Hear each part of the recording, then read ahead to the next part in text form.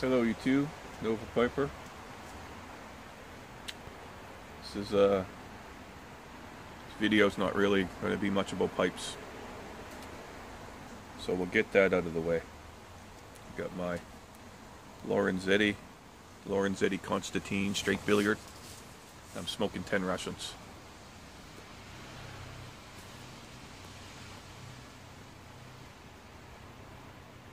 That's about all the piping you're going to hear. Fall's here now. Sucks. Seen a lot of a couple of my last videos were some songs that I did and me and a friend did of some Tragically Hip songs, because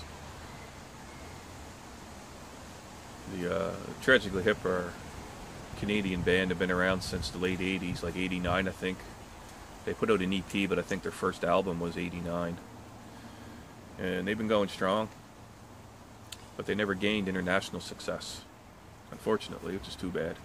There are a lot of people outside of Canada who've heard of them, you know, and are familiar with a few of their songs, but they don't know, like, they don't understand what the Tragically Hip are. You know, you think, like, my favorite music comes out of the UK. The new wave of British heavy metal, I love that stuff. You know, when the American blues hit the UK, and then you get like John Mayer, you know, Eric Clapton, like Hendrix became famous in the UK. Hendrix made a name for himself in the UK, you know. And you know, I'm a musician, I'm passionate about music. But the Tragically Hip were Canada's band. Like, yeah, okay, you know, there's Rush, everybody's heard of Rush, I'm sure. And then some of them shitty people, you know, just because someone's famous, oh, Shania Twain, you know, some hot chick sings shitty music. And then that couple of disgraces I won't even mention, like that fucking kid. Can't stand, you know, who that kid is. And who was that other one? Oh my God, the embarrassment to Canada. Oh, she's terrible, man. That French chick. Brutal. Fucking her babysitter, pedophile babysitter, ended up marrying her. Anyway, Tragically Hip was Canada's band. They only sold about 4 million albums. You know, and they'd do a show in Canada, it would sell out. I saw them in a bar way back in the early 90s, way back.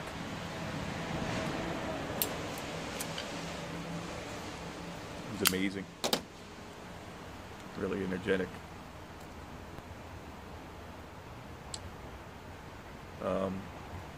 They did all kinds of different music, you know, from the earlier stuff. It was, yeah, they'd have an album, there'd be like rockin' songs on it, there'd be bluesy songs on it, there'd be folk style songs on it, there'd be like just alternative. They just were all over the place, you know. So there's something that everybody, no matter what kind of music you're into, I'm sure there's a song that they did that anybody could say, I like that song, or I like that song.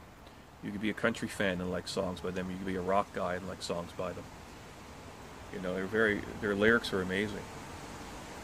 All their songs told a story, and the story that Canadians could relate to. You know, songs about our country and some of the hardships people have around here. I don't mean people like me, but some of the hardships people have faced in Canada. Anyway, the lead singer, Gord Downie, was diagnosed with terminal brain cancer 2015, went public with it in last year, and he passed away on the 17th.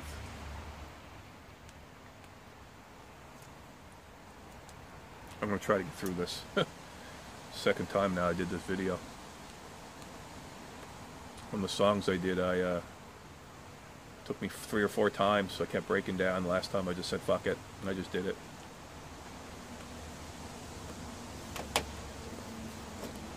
There's a lot of people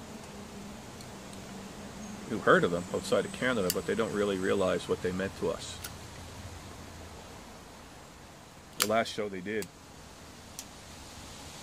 was Kingston, their hometown, last year. It was broadcasted right across Canada, big screens. And you know, they had it even here, right across Canada in the big cities. Not even big cities, but if any place that would do it, they'd put up a big screen and the public would go down, and you know, because they couldn't make it to the show. Our Prime Minister went. You know, he was there. He went to the show. You know, he's a Tragically Hip fan.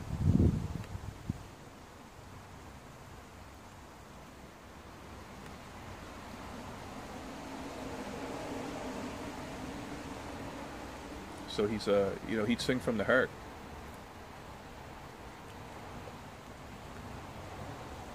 Prime Minister there's a video on YouTube where Trudeau, regardless of who he is or what he stands for, you know, the political side of it besides the point, he went, you know, and made a statement, you know, and broke down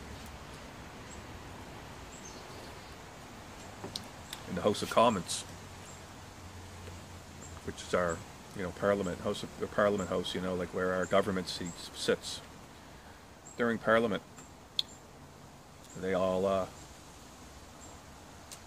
you know, recognized the 1 minute silence.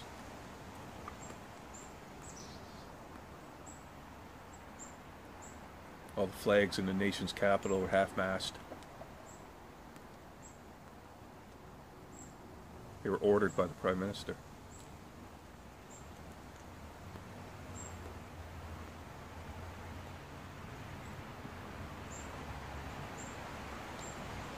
I did 2 songs. One was called Fiddler's Green, which is a story about Fiddler's Green is a mythical place where sailors spend the eternity when they die. And he had Gord had a nephew with a heart defect who died at a young age. A nephew who died at a young age. So that's what the song's about, him being, you know, gone to Fiddler's Green. Another song we did was called Wheat Kings, which is about a 17-year-old boy who was wrongly convicted of a brutal rape and murder that he never did. On my video, the whole write-up's in there. He was wrongly convicted and then he was finally released. You know, wrote a song about that. Another popular song, you know, everybody likes 38 Years Old. About a guy that went to prison because his sister got raped, so he killed the guy. Spent his life in prison and escaped to come back to see his family. 38 years old, never kissed a girl. That's how it goes. Anyway, he was just really passionate, you know, the way they'd sing, so.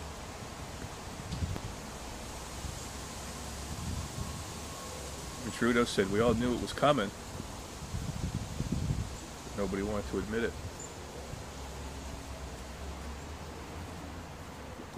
And I've been reading a lot about him and watching a lot of videos and, you know, stories and stuff.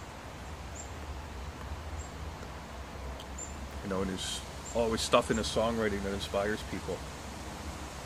You know, like everybody says, you're going through a hard time.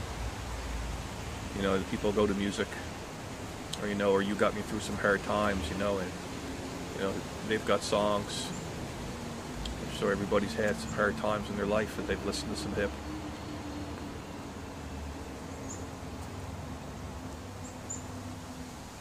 Like, where does that happen in other countries where, you know, the frontman of a band dies and the government, you know, recognizes it to a point where they order flags at half-mast and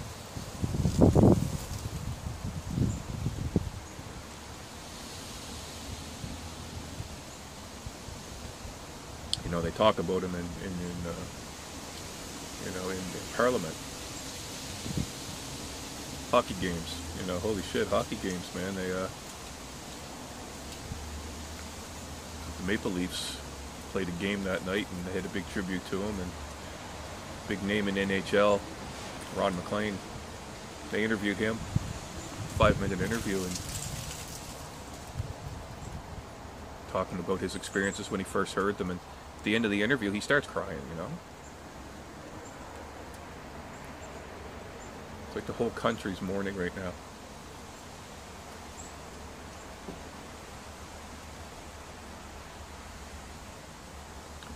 I've had a lot of moments.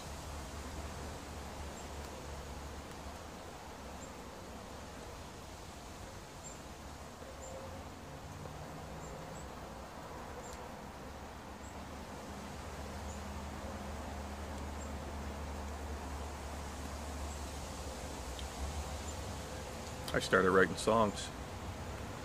Haven't done that in years. I know a lot of really talented musicians.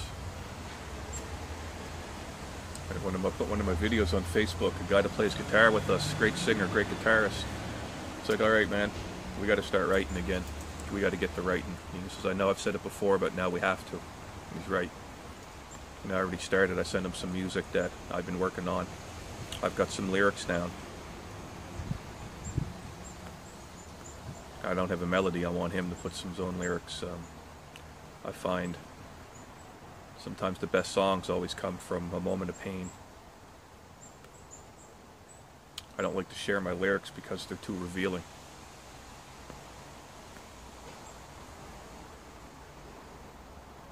I've had a hard go the last little while here. Personally, no big deal, just life.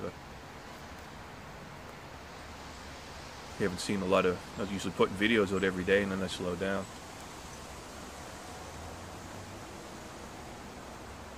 There's always that. I tried rekindling an old flame from 25 years ago. There's always that one person in your life you're always crazy about, and a lot of people, you're still with that person, that's fantastic, but though this chick, I never felt anything like I did for her, and I didn't really realize it until recently. We lost touch for years, 25 years almost, and I reconnected with her and we started spending time together, and I realized I never got over her. Confronted her. Told her about it. I'm a big boy now. Let's just say that. One thing that the Tragically Hip would do, and some of the songs and the way Gord held himself is, this was what happened with me and this chick. I seen something. I always looked at her as who I wanted her to be and not who she really was. Just until recently. So I started writing. And then as I write, I learn more about myself. I started learning a whole bunch more. It's like, wow, I didn't even realize that was true. And then, you reflect on that. But it's too revealing, so I don't want to share it. I may modify it and tune it down a bit. But that's the kind of songwriting that Gord Downie would do. My cat got sick. I take my cat to the vet, and he was pretty sick. It was all last week. That was hard. And then this happened. It kind of just, a lot of things happening at once, and it just pushed me a little too far. Not too far, it just, I had to stop for a minute. Take a look, I had to stop.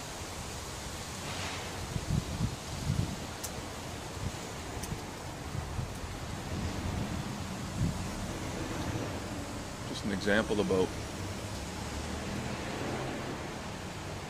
how this man would take some of the examples I just talk about, where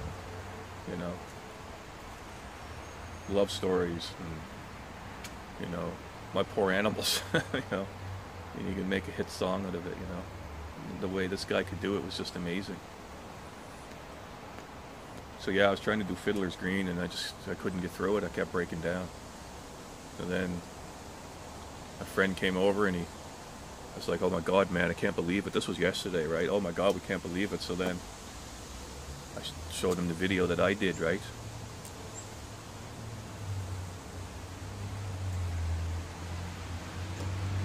You can see me losing my shit. Normally we'd laugh and, bug each other about that stuff, but he didn't. So I think he felt the same way. So I left it. That's real. That's real shit, man.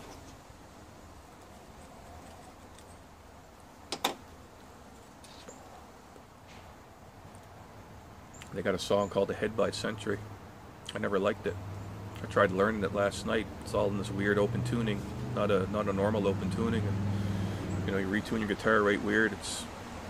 I'm trying to get it note for note. It's quite a challenge, and I'm going to try to learn it. And me and my buddy are going to do it. I'm going to try to. It's going to take a while. But I've been inspired to get into the music.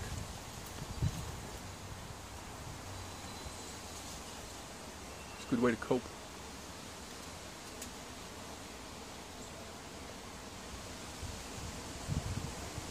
Yeah.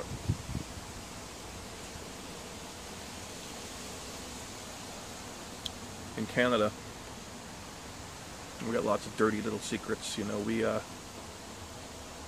our government basically forced all of the native Canadians, all like the people who lived here for thousands of years, and when they came to Canada, they took them all.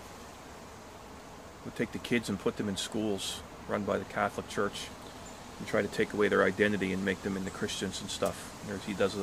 He did a whole short story, a whole album about this story about this boy who ran away from his school and was running in the wintertime, ran around along the railroad tracks trying to escape from school to get back to his village or to his town, and he died. So he's trying to, you know, force the government to, you know, acknowledge that what they did was wrong, and to acknowledge that they need to make things right. You know, he did it through his music.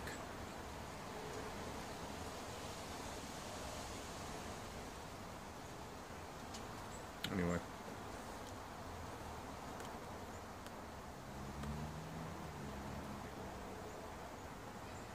Yeah. He was a true Canadian hero. Like I said earlier, like, holy shit, man, the government recognized this guy. Like, he was, you know, and I don't know. He had all these passions and he had all these things he believed in, and now that he's gone, it's up to us as Canadians to continue to move forward with what he believed in, because he tried to do good. He'd stand up for people when the government wouldn't listen. You know, doing songs about, you know, a mother's child who's wrongly imprisoned, about a boy who was abused by the government and died because he wanted to get home to his family. Like, there's just so much about the guy. Anyway, hope you guys watch this to the end. I really do. Out of any video I've ever made, if you've watched this to the end, leave a comment just to say you watched it to the end so that I know you did.